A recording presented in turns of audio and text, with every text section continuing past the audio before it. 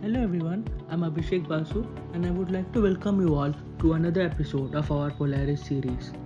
Today we have Dr. Kumar Siddharth as our speaker. Let me give a very brief introduction about Dr. Siddharth. He is currently employed as a Postdoctoral Research Fellow at the Harvard University.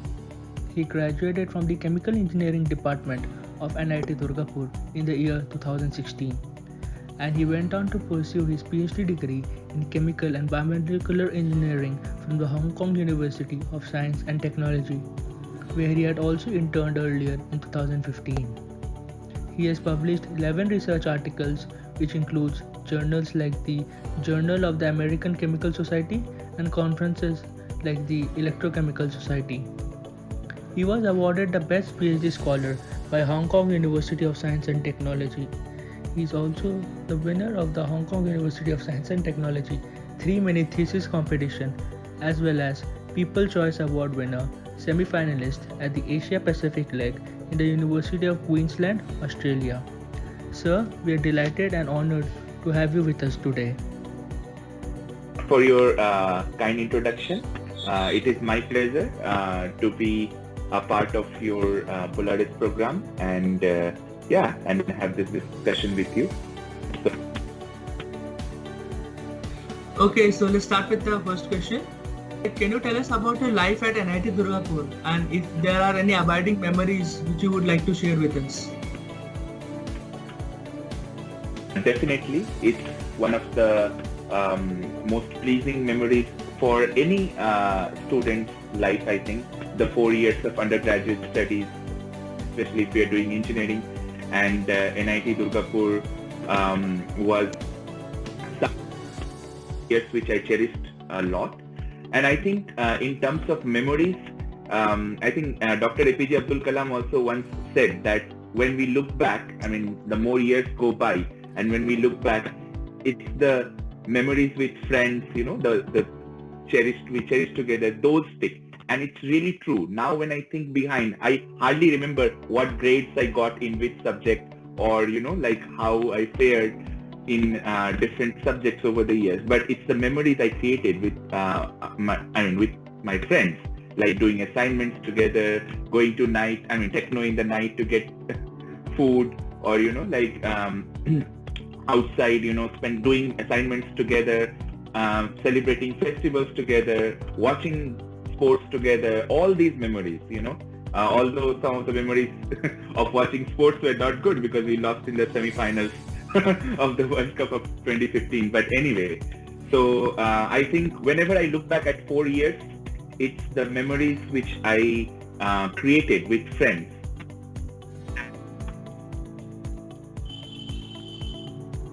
NIT Durgapur as the most cherished memories, and of course the courses, studies, all those things shaped my career, and the internship, as you mentioned already, which I did during my third year of undergraduate studies at Hong Kong University of Science and Technology. It is HKUST. So yeah, so there I did my internship, and that was a wonderful memory, and that kind of shaped my career decisions as well going forward. Yeah. Okay, so our next question is, how did your earlier career choices and interests lead you to where you are now? And what were the various hardships that you faced? And how did you overcome them? I think what share with all of you is that is very common. Ups and downs are part of life. So definitely throughout my journey, I faced a lot of ups and downs, and or whatever choices I made definitely shaped my career, and same is with anyone else. Same will happen with everyone. So I will just share my experiences and maybe give some suggestions with my little experience, whatever I have. So for me, in the beginning, when I started my journey in NIT Durgapur in Chemical Engineering Department, my thought process in the beginning was to just learn everything well and try to gain good insights into every subject, because the subjects were interesting to me because growing up I liked physics and chemistry, and somehow I thought that the subjects there like chemical engineering, thermodynamics, and all those kind of the subjects which I wanted to learn. So, but and I did not have any clue or idea that what I will do in future, which is normal. I think which is normal with everyone. It's not that we have to have everything figured out. So one thing is what I would like to mention with this is that as long as whatever we are doing at present, if we focus on that and try to do it well, definitely in future things will open up and we'll get directions. So that's one thing I would like to mention. But at the same time, of course, you got to have your eyes, ears open and look for opportunities and avail them whenever possible. So in the beginning, of course, as I said, I focused on learning subjects well, of course, scoring well and getting good grades. Everybody, tries for that.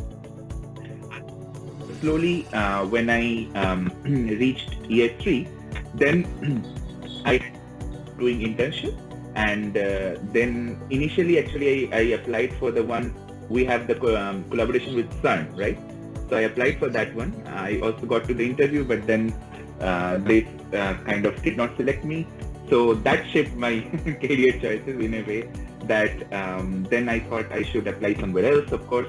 And then I looked upon, because growing up also, my financial condition was not that good. So I had to look for universities where if I do internship, who will pay some scholarship to me. So I searched and I looked at 3 universities of Asia who were the best: NUS, HKUST and HKU, and NTU actually. These 3 were the top universities of Asia in engineering in ranking at that time. And then I shortlisted professors, emailed. Luckily, some replies I got, and one of the professors said he will fund me as well. And then I went to HKUST. So when I came to Hong Kong University of Science and Technology, then I kind of started developing interest in research as well. And later on in my final year, I tried to just take some more interest in some of the research work in the department. And during the time of my internship only, professor offered me a direct PhD. And even though I did get like 4 job offers, I think, in my final year, but my primary goal was, yes, I loved Hong Kong, I loved HKUST, and I loved the prospect of doing research. So that kind of shaped me into thinking, yes, that's what I want to do. But it was very late when I decided that, like around year 4 beginning, that I would pursue research as my career.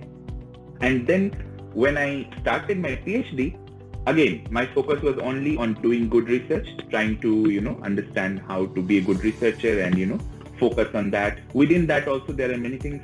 If you want to go into the details, I will tell you about that as well. And then after that, right now, after that, I looked for opportunities for postdoctoral fellowships, and here at university doing this. Okay, that was quite insightful. So, like you said, let's kind of go into deep into this research area. Like, can you tell us what attitude should we have as a researcher? Very good question, actually. Thanks for asking. So if somebody is, I think in general, not only being a researcher, but in general, I believe in life, the attitude towards everything should be positive. It's a very cliche line, but it's important. Positive in whatever we do, and always be patient. Being patient in being a researcher, because it's not that it's a process of trying to explore something, right? Trying to investigate, explore, and push the boundaries of knowledge, right? First, so in research, if you think of it like this, so in research, when you are doing research, you are bound to fail also, right? You are bound to get negative results.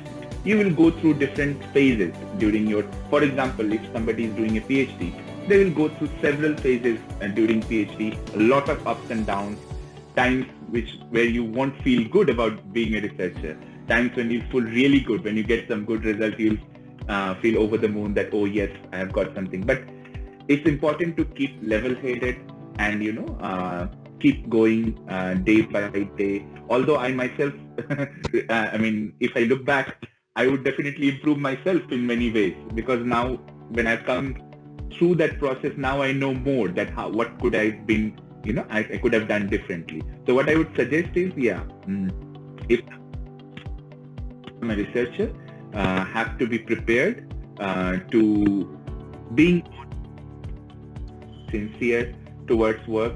Doesn't matter whatever result you are getting, you need to be, very careful, and that's very important. Research ethics is most important, actually. First, when people are doing research ethics is first. Then, of course, our discipline as a researcher, our sincerity, and of course, our words exploring something new. That's important. And then, of course, keep learning. Comprehensive, literature review, which is very important, and until and unless you know well what has been done, you cannot push the boundaries, right? So all these things. But being a researcher, lots of factors. I mean, your supervisor, your project, your specific. So I can go on and on. But anyway, if somebody really wants to know more about being a researcher, always feel free to contact me. Yeah. Okay, next is what was your experience at Hong Kong University when you were pursuing your PhD? Experience as in like overall experience, how was the place and how was the studies like? Was there anything like increase in difficulty compared to the studies in India? A very interesting question. The thing is, like in India, as you already know, I only did my undergraduate, B.Tech in NIT Durgapur. So I never really did full-fledged research. So honestly, I don't have personal experience to compare how the research things are in, say, IITs, ISC, or those even NITs, like top universities, how research is going on. But I have, of course, a lot of friends who have done PhD, or so I have kind of learned from their experiences, I've heard. So first I can tell about that how the environment and everything. I think research infrastructure is one thing which is very important, and which was really good in HKUST. It's one of the, it's ranked in top 20 in the world in engineering anyway, that university, and ranking does come because of certain reasons. So one of the reasons is definitely research infrastructure, the opportunity, the whole global outreach, and not only that, it's the global environment as well, like people from all over the world, coming there. So from where you can learn a lot. In terms of cultural experience also sharing, you grow as a person more, once you are in that kind of global environment. So that's one thing I would say, which is prevalent in HKUST, and which is much more in Harvard. I'm saying, Harvard is truly very global. And I think here also, research-wise, I'm really enjoying a lot here. HKUST also same. Time in India, I think we are like developing. In research area also, we are doing really good of late. Especially, institutes like IISc and some IITs are doing excellent research. So I think as long as more money comes into the research, more the infrastructure is improved. I think there's still a long way to go, and more global outreach is developed in terms of faculty, students. More we are open to that. I think these few factors, is important to develop. We are already almost there, and we are doing excellent research as well. But it's just that few things need to be sorted out to become, like a global superpower in research for us. Yeah. Okay. The next question would be, how was your experience of coping up in a foreign place like Hong Kong and now in Boston? Has its own, beauty, and it's how you approach and how you adapt. Adaptation is one of the things. Actually, my research here in Harvard is Harvard's Origin of Life Initiative, where we are trying to develop simple chemical systems which exhibit functions of life without any biochemistry, no DNA, RNA. It's only chemistry and physics. That's why NASA is also interested in this project, because we are also trying to explore the extraterrestrial, life, simple chemical systems and all. So adaptation is important. That's how I remembered this word. Now, I have been to many cities, of course. I haven't lived longer. For example, in Hong Kong is like my second home now after India, because it's really, I am in love with that place. Although there was protest and all for a while, but overall that's a very beautiful place, and even the university itself, if you see the pictures and everything, it's really, really beautiful, right in the lap of the nature with sea and mountains and skyscrapers, and it's amazing. So in terms of beauty and everything, Hong Kong was amazing. And all these global cities, I've been to Zurich, I've been to ETH Zurich, I've been to Caltech, so I spent some time in Pasadena and Los Angeles, and for conference also I've been to Dallas, Houston, Seattle, in Milan, or the competition you mentioned which I won, I went to Australia and traveled some of the cities in Australia as well. So I have been to a fair number of big cities in the world, and lived for longer time, of course, in Hong Kong, little bit in Zurich, and now in Boston. So says all the big cities have everything there, in terms of food, for example. So you have all kind of cuisines and all kind of options. As an Indian, you have, Indians, we are everywhere, right? Indians and Chinese are everywhere. Wherever you go, every 1 in 3 persons is either Indian or Chinese, right, in the world. So, so definitely for us, we have all the options in terms of food, or even culturally. There are clubs for cricket or Indian clubs. So in Hong Kong also, and I myself actually started a softball cricket club in HKUST. So anyway, so the thing is, like any big major city like Hong Kong or Singapore or say Boston or big cities in US have everything there which will make our life convenient. And of course there are cultural differences and certain aspects of every city which to adapt, and slowly, once you are there for a while, you can easily adapt. So there are no worries regarding to that. Okay, so the next question is, how do you think IEEE can benefit people in research, and did it have any impact on your career until now? Anything, all these things are always helpful.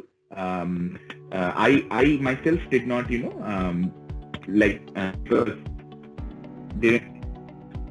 so I did not benefit much. But in general, all these things are beneficial, and I would definitely say would only benefit. There is no harm, in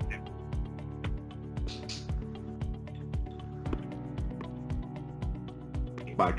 As you mentioned, because during my Ph.D, I think, of course, I published, right now it is 11, by the way, it's not 10, one more paper published. So anyway, during my PhD, I published 11 papers. Out of those, some are really good, some are, in really good journals, and some are okay, but and also I won the best PhD award in they give best PhD award for research excellence, so which I did not update in my LinkedIn profile yet, but I won that as well last year.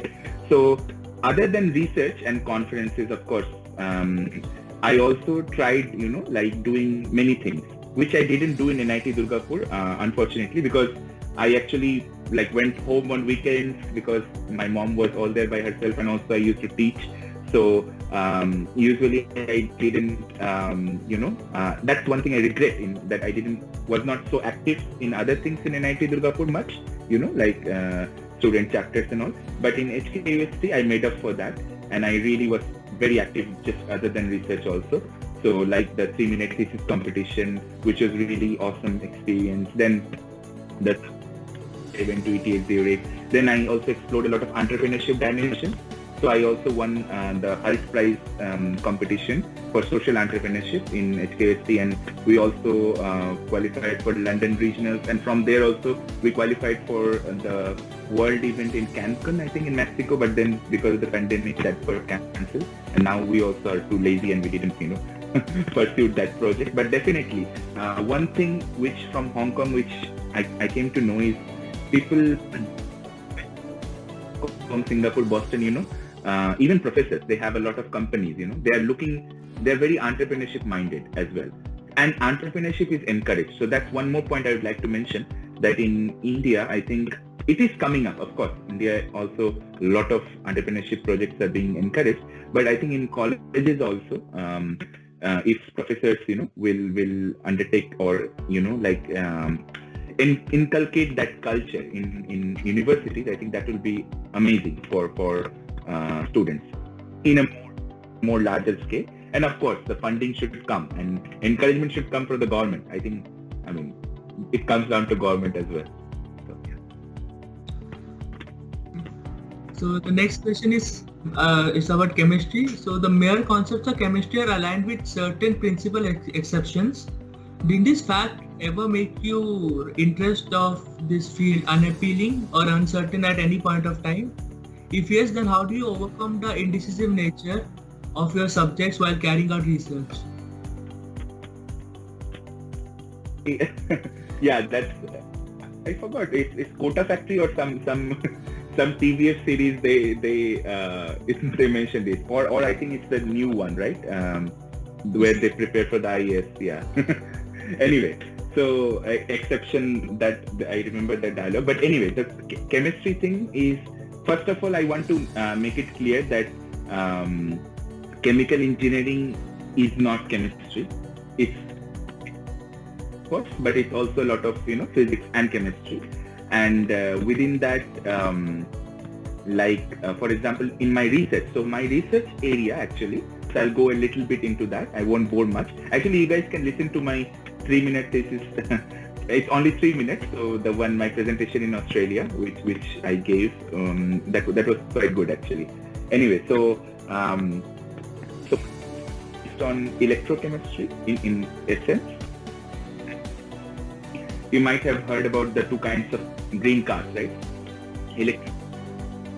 Like hydrogen cars. So electric car based on batteries, which Elon Musk and Tesla, you all know that.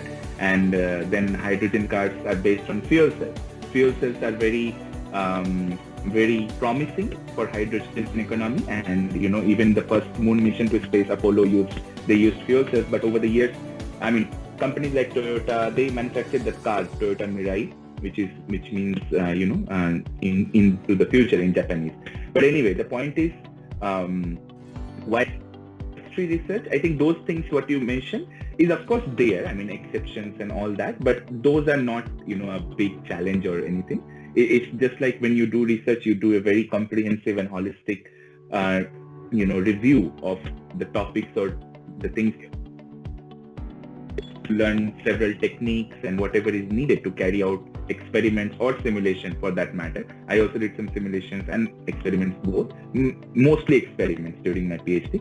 So I don't think that's a challenge, the one you mentioned, exceptions and all, in doing research. Of course, you do very comprehensive study, so you have a fair idea about the things and you keep learning. Literatures keep getting updated, so every day, or not every day, but usually, you keep updating your knowledge and keep learning and keep adding to your database, your own, so I think that's not a big issue. So that was my work, electrochemistry, during my PhD. And right now I'm also doing a lot of chemistry and physics, like polymer chemistry, condensed matter physics, because the systems we are developing in the lab here in Harvard is also physics in lab. The next question would be how did you keep yourself motivated to go for higher studies when most of the students eventually just pursue jobs after graduation? And how did you have the commitment to do a direct PhD after your BTech? Usually people after studying for 4 years, they don't want to study for more, and PhD is another 4 to 5 years commitment. Good question. Thanks for asking that. So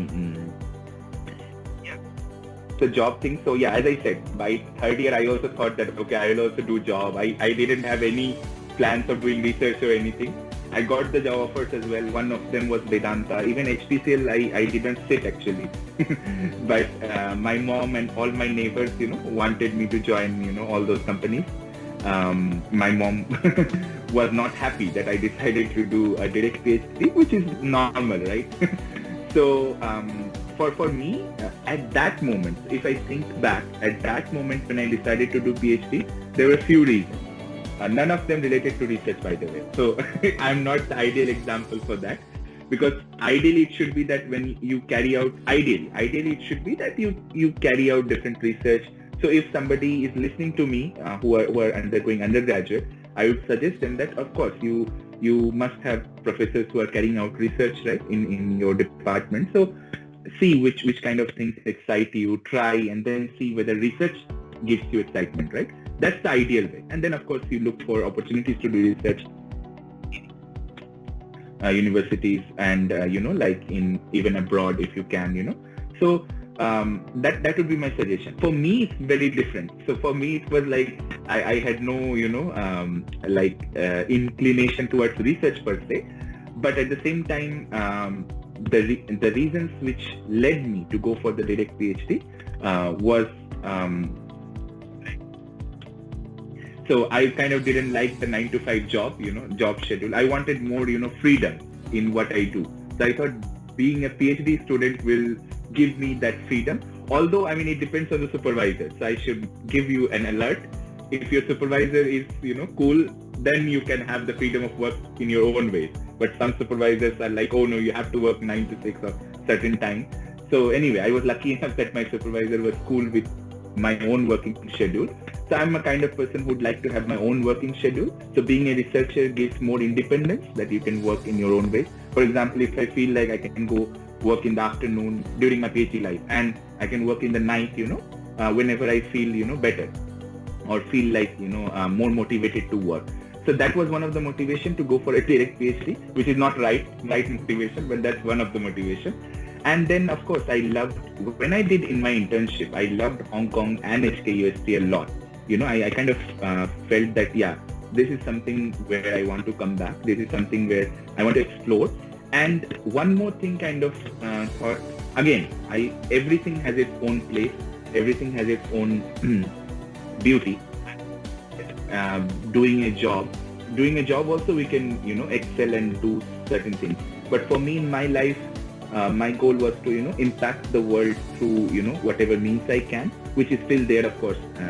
So I think being a scientist, being a researcher is something I thought I could, it excited me more when I thought about it at that time, that okay, being that I can contribute, I will feel, when I see my research paper on Google Scholar, I'll feel better, rather than, so that was, of course, also the salary, the PhD stipend they gave in Hong Kong was quite nice, quite high, as good as any job I would have done or even better. So all these factors, I considered, and I thought that, yeah, let's go for a PhD. Being in Hong Kong, interacting with people from all around the world, I think that I thought, yeah, that would help me, and that really did, that really helped shape my personality a lot, and I am glad that I took that decision now. And yeah, so to keep myself motivated, it's hard.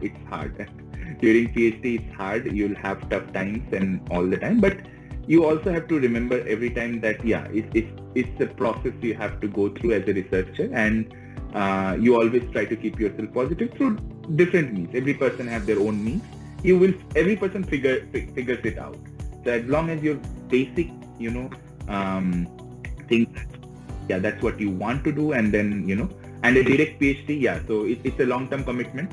So yeah, that's a bit of a decision which I took, and I'm a kind of person who, like, if I take a decision, I just back it, and then I try to make it good. So no decisions are bad decisions in my opinion. It's like whatever you decide. Of course, there are some bad decisions, but once you have two choices where you are unsure, right? Then you more or less both are good.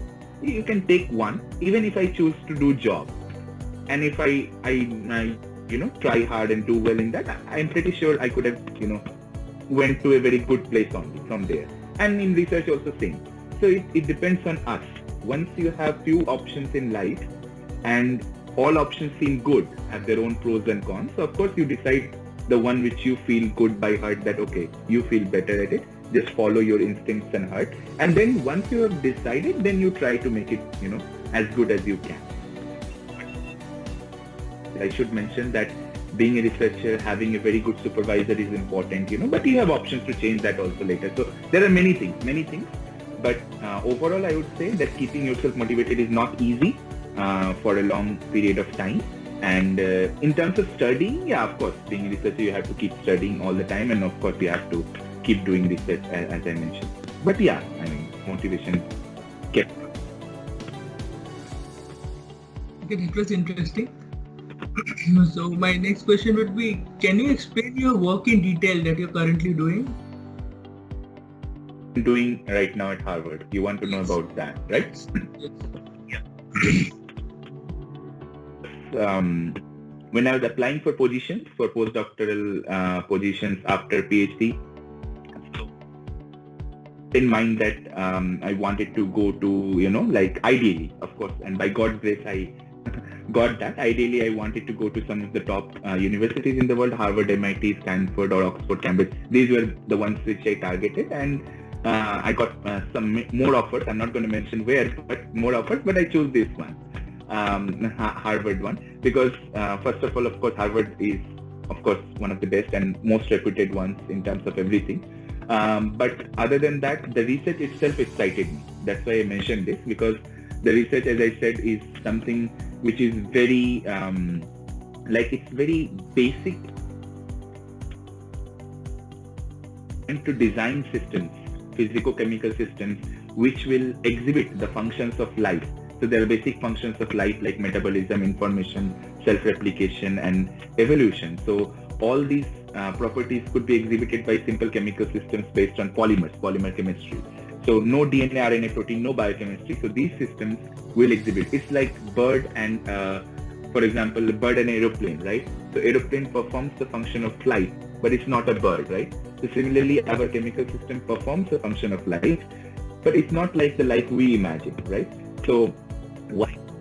Because before 4.2 billion years ago, before RNA world also, how that came into existence. So there are many theories. I'm not going to go into details of that, but anyway, so there are our theory is hypothesized in a way which is more prominent as well, that there was chemical network, system of chemical networks which led to RNA.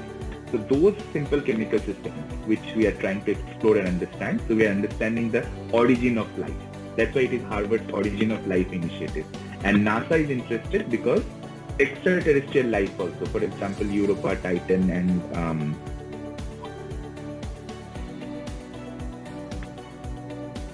what we are imagining right now may not be the life form. Maybe just some simple chemical systems might be there.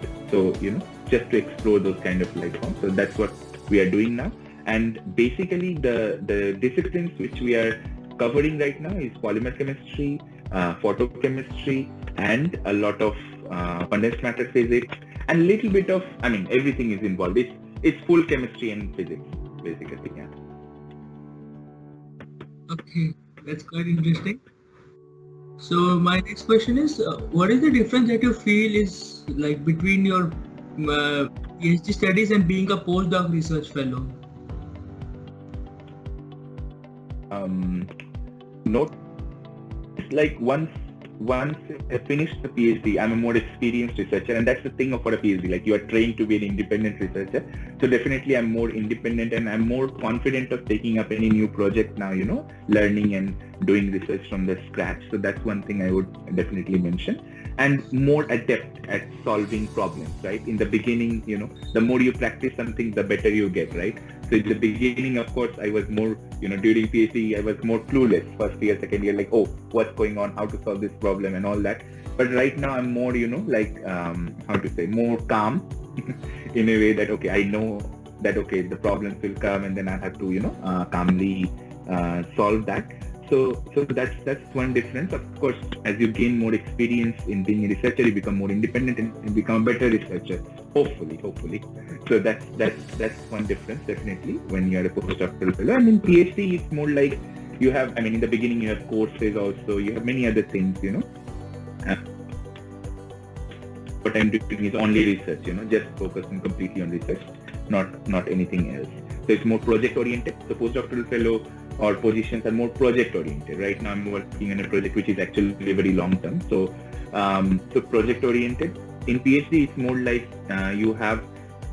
professors you have more freedom, in a way that okay, you can chop and choose. Depends on professor also, and it's like you can work on some things. It might not work, then you can work on something else, something like that. You have more flexibility, I would say, during PhD. Postdoctoral, of course, you have a project in mind. You are working on that project, so you have to, of course, work on that project and then try to solve problems, whatever comes. So that's the difference. And I'm loving here at Harvard. The start has been good. Fingers crossed. Hopefully, it will go good. So everything seems really good. The research environment. I mean, I really feel how to say, like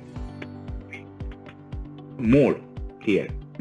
Of course, at PhD also I felt really good, but here, the history and everything, I think it's just that it motivates me more every day to do good. Okay, that was quite insightful. My next question would be, what according to you got you into Harvard?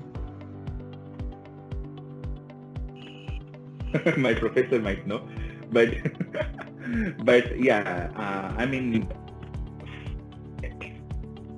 right now. So as I said, Harvard is not the only offer I got. I got offers from many other top universities. Again, I cannot mention that right now. But anyway, so but the thing is, like,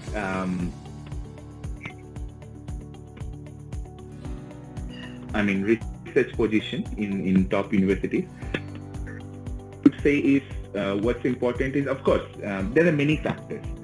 So luck is also important in every aspect. In life in general, right? It's a very cliche line, the Gita's line, right? That only efforts are in our hands. So the remaining things are not. So of course we can do our efforts. Then other things, many things which are beyond our control, we cannot control. So of course the things which are in our control is to have a good profile, overall profile, right? So be it when you are applying for PhD or even later on. So I think applying for a research position, having a first important thing is to have a very good research profile. So when I say very good research profile is you got to have the proof that you are able to do very good research, right? So for that, of course, research papers, reputed or impactful journals are always a good addition. So that's an important aspect when you are applying. And then your CV overall should be the more good, the better, right? In terms of overall everything you have. So the more you can, strengthen your CV all around is important. And then after that, again, it matters because once you apply, so for different universities, it's different types of interviews. So it's like CN statement of, statement of purpose research, whatever that is. And then if they like your profile, so that's the first thing. That's why I mentioned that if you have very good research papers and very good research profile overall, and overall profile is very good, then you have more chance of being shortlisted. And once you're shortlisted, then of course you have to crack the interviews. So interviews might be 1 round, 2 round, 3 round. It depends, right, upon how many times they want to talk with you. For my Harvard one, so they also wanted good letter of recommendation. So letter of recommendation is also important if you get. So that's one more thing. And then I had 2 rounds of interviews, and of course in interviews you need to really show that you are good researcher and all. So for interviews also, specifically I can tell, but I think I should not go into details right now. But anyway, so it's like interviews also you need to do.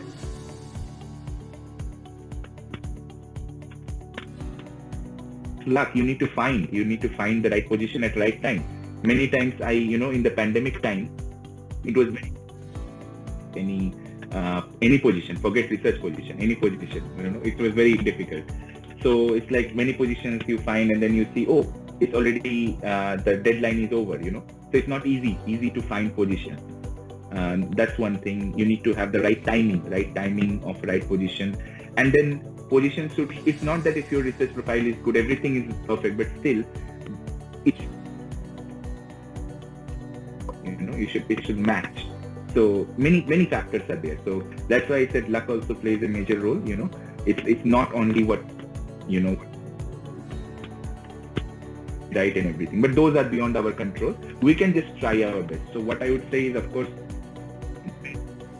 profile as possible and be a very good researcher. So that will be reflected in your interviews anyway, right? When you give the interviews, and then be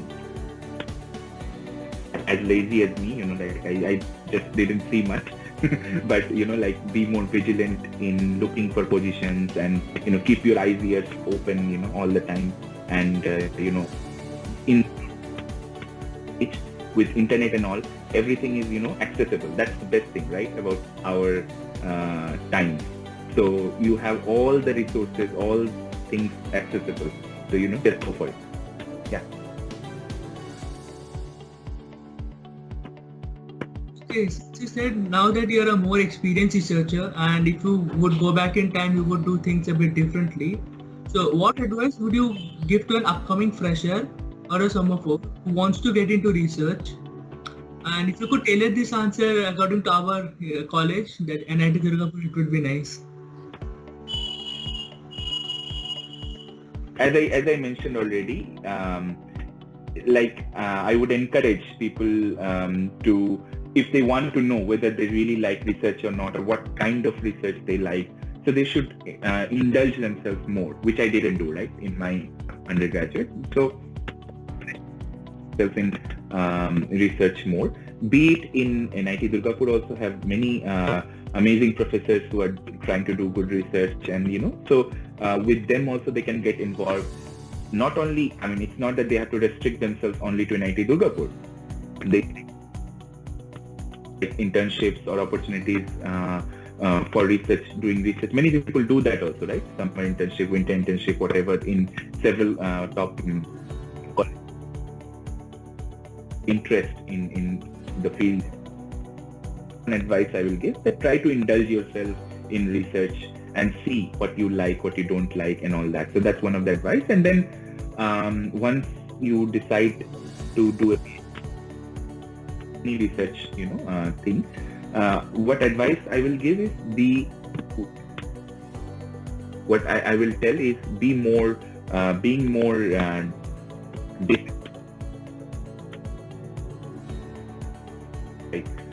working hard. Basically, I'm not much of a hard worker, so that's something which I regret.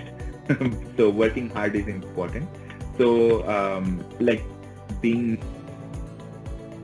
and working hard every day, because in research you get results every day, right? It's not that. So you need to forget about the result, forget about the outcome, because outcome will be later. You need to enjoy the process. That's not only for research, that's for anything actually. Whatever you do, you have to enjoy the process. Unlike our Indian cricket team, who is not enjoying the, taking pressure and playing very strangely, in the last two games. Hopefully today, right? Afghanistan game, they will play well. But anyway, the point is, anything what we do in life, right? We should enjoy the process. So that's important. So that each and every day, when you're doing research, you try to enjoy what you're doing. Enjoy the process of doing the research, and rest will take care of itself. Yeah. Okay. So this is quite a big question. So when we perform experiments in our lab, in our undergraduate days, we mostly find our results or findings to be a bit off from the expected results. It can be due to various conditions. Often what we tend to do is we adjust the data by a small amount, such that no one notices our result and we get a good result. Sorry. Mm-hmm. Yeah. That aligns with the expected outcomes. But when research work is carried out at a much higher level, like the work that you do, what kind of accuracy is aimed for, and what is the acceptable uncertainty in the results? And also, when your findings don't match, do you repeat the experiment, or you try to improvise in some other way? As a researcher, for any researcher, I think this is very important. That's why I mentioned, I think, that research ethics is very important. So you should from manipulating any data you get. That's very important. Whatever data you get, you need to report that, and you need to understand, because any kind of manipulation is kind of, you are even some people say that smoothen the curve or something. So that's, I mean, as long as within the boundary of the same data, you can definitely fit the data. That's a different thing.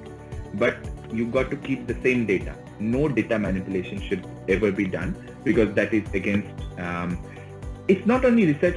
Of course, it is research ethics. You should never do that. But in general, also, there is no point in doing that, because what you're observing, what you're getting, unless you are reporting the same thing, you will not understand what problem you're getting. Then you're not solving anything. Then you're not doing research, right? Then you're just doing something else. So doing research means you're trying to solve issues. If you face issues, you solve. And do any experiment once. Reproducibility is a very important criteria for research. That what you do, you should to reproduce, which is a big issue actually. It's not easy to reproduce other papers, even big papers these days. I mean, which is a big issue in research, honestly speaking. But again, I mean, there are several factors. I should not go. I'm right now to explore more. The more I do research, more I know, what things are going on. But the thing is, I would say that definitely data manipulation should never be done right from the young age. I think if you develop that habit, that should be very good. That just be very honest and sincere with your data, whatever data you get. That will help you in being, understanding. That will help you, for example, if you get something off. For example, you mentioned, right? If I think Henry Oersted or someone, I don't know, like by mistake he discovered electromagnetism, right? So it's like you that might reflect something which might be unknown, and you can in fact discover something. So never ever manipulate data. Always because that's how you help science grow. So that's my suggestion for anyone. And then of course reproducibility is important. You try to repeat your experiments or simulation, whatever, and see whatever data you are getting is so, and that's like you have to do anyway. You cannot just do once and then be sure about it. And then repeating others' results is also something you try. But then if you can't, then you can't. Okay. So, would you recommend undergraduates to go for a direct Ph.D., or you think a master's degree would help better?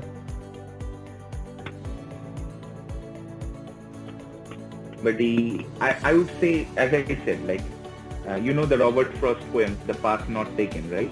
I think it might have gone. So it's like whatever path you choose, as I said, you can make it good. So it depends on the individual, of course. Follow their heart and whatever it says, and then once they have decided, they have to back that. But before, what I would say that going for a direct PhD should not be like me, without having a good experience in research, you just go for the direct PhD. I won't recommend that. I would say that once you are very, that's why I said you should involve yourself in, before you know that, okay, research is something that excites you, research is something you would like to do for, longer period of time. If that is the case, then you can go for a direct PhD. By the way, direct PhD is not provided by all universities, so you need to make sure wherever it is provided you can go. And master degrees, of course.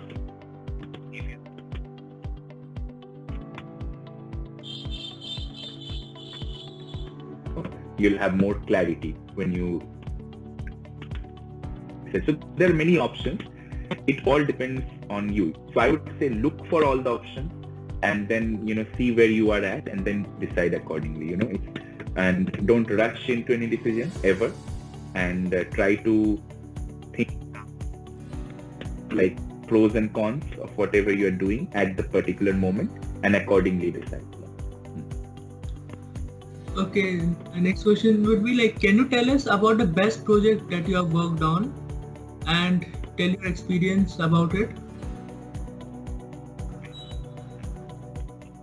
I mean, I love working in the energy field, the electrochemistry, what I mentioned, fuel cells for hydrogen economy. I really love working in that field, and right now also I love my project. So I don't think I can choose any project. All are like best. Of course, my best paper is the one published in JACS, the Journal of American Chemical Society, which is a very reputed one. So that paper is probably the best paper I have right now. But I mean, there is an overall objective, and there are several sub-projects which I worked on. So I don't think I can choose. I think it will be boring for people if I talk about it. Like I enjoyed doing in situ FTIR. So I mean, it's like in situ experiments. It involves a lot of complications. So I would say the one I enjoyed the most was the most challenging, and when I got good results out of it. For example, if one set of experiments was like going over 3 days, and if you do a little bit wrong in even at one step, you have to repeat over. That one particular in situ FTIR experiment which I did. So in that experiment I failed a lot. So once I succeeded, after 3 days of experiment, that gave me a lot more satisfaction. So once I think the more challenging the thing is, of course you need to succeed sometime, right? So then you'll feel good. So the more challenging is it, more challenging things you overcome, you feel more joy in solving issues. Once you solve any issue, for example, you face any problem, you're doing something, things are not turning out as expected. So you try to backtrack and, connect the dots and think where you went wrong. And then you figure out what's the problem. Then satisfaction, that okay, yeah. Always, as an engineer, as a researcher, everything, you always solve the problems in life, right? So once you solve the problem, you feel good about it. And of course, once the paper is published, you also feel good. Okay. My next question would be like, how did you deal with failures? Like, was there any time when you put months or rather years of hard work into a research paper and that unfortunately got rejected? Like, did it happen with you? And if it did, how did you deal with it? That's a very good question. So for a researcher, this is a very important part. Of course, your paper will be rejected. I don't think there is any researcher who can claim that their paper has never been rejected. If that is the case, then there is something wrong. So your paper will be rejected because several journals have their own requirements and all that. But of course, it's rejected from one, you modify, then you submit to another. Eventually, it will be accepted also, as long as work is of some decent quality. So failures or setbacks, I won't call it as a failure, like rejection from a paper or anything. I mean, in life in general, I think it's like the attitude, the way you see things. I don't think it should be treated as a learning step, right? So just like anything else in life, you should never think of anything as failure. The only failure is when we do not try or when we are dead. But anyway, so my point is, I mean, we should not treat any setbacks in research or in publication as a failure. It should be treated as a learning, as a lesson, and how you improve from that. What being in research, being in publication, once you're rejected, you submit it to another journal. I know one of my lab mates in HKUST Award 1 year before me. So one of his papers got rejected 9 times from 9 different journals, but the 10th time it was for me. Like only one of the papers got rejected once, and one or two of the papers. But other than that, most of the papers got accepted. But it's about luck also. Paper publication is, once your paper is of a decent quality, you kind of have an idea that okay, it will be somewhere good, right? But where, that you don't know. I mean, that depends on luck, because it goes right, and then reviewer, their mood when they get the paper, how is their mood, what are they thinking. Sometimes they just so it depends on a lot of human factors which are beyond scientific factors. That's why it sometimes boils down to a lot of luck. So don't have to worry about that. Paper rejected from a journal is a very normal thing, will happen with every researcher. So that's something you just need to take it in stride. If you think like you have to learn, you've learned from it, you can improve your paper, you improve it. If you think that they rejected for no reason, okay, you just submit it somewhere else. So it's like that. Okay, my final question. What is the message that you would like to give to your juniors? Or if you could go back in time, what would be those words of advice that you would give to yourself? That's really good, and that's what I would tell to anyone, right? So as I said, that it depends on what you want. I mean, how you want your life to be. So if up accordingly. So if you really want to, impact the whole world as much as possible, as that's how I want my life to be, ideally. Self of 2012, when I joined NIT Durgapur, that stopped procrastinate a lot. So those things try to minimize as much as possible. So that's one thing I would tell, that try to focus on the things you are doing. And of course, the one thing which I already mentioned, many things I already mentioned before, is like not try to indulge yourself in as many things as possible, because I think 20s or the age when, even now I'm only 27, so I still in the same place. So age, I think this learning a lot. Of course, learning is a lifelong process. We'll keep learning till we're alive. But this age, the 20s, I think is the age where we probably have the capacity to learn the most. I think that in the 20s. So if I go back in time in 2012, that try to utilize the time and involve and indulge yourself like you are doing with Polaris. I'm very happy and happy to see that you are doing this, and early in the morning you got up and you're doing all this series, and you guys are doing amazing, and I'm really happy to see that. So I would say this kind of thing, or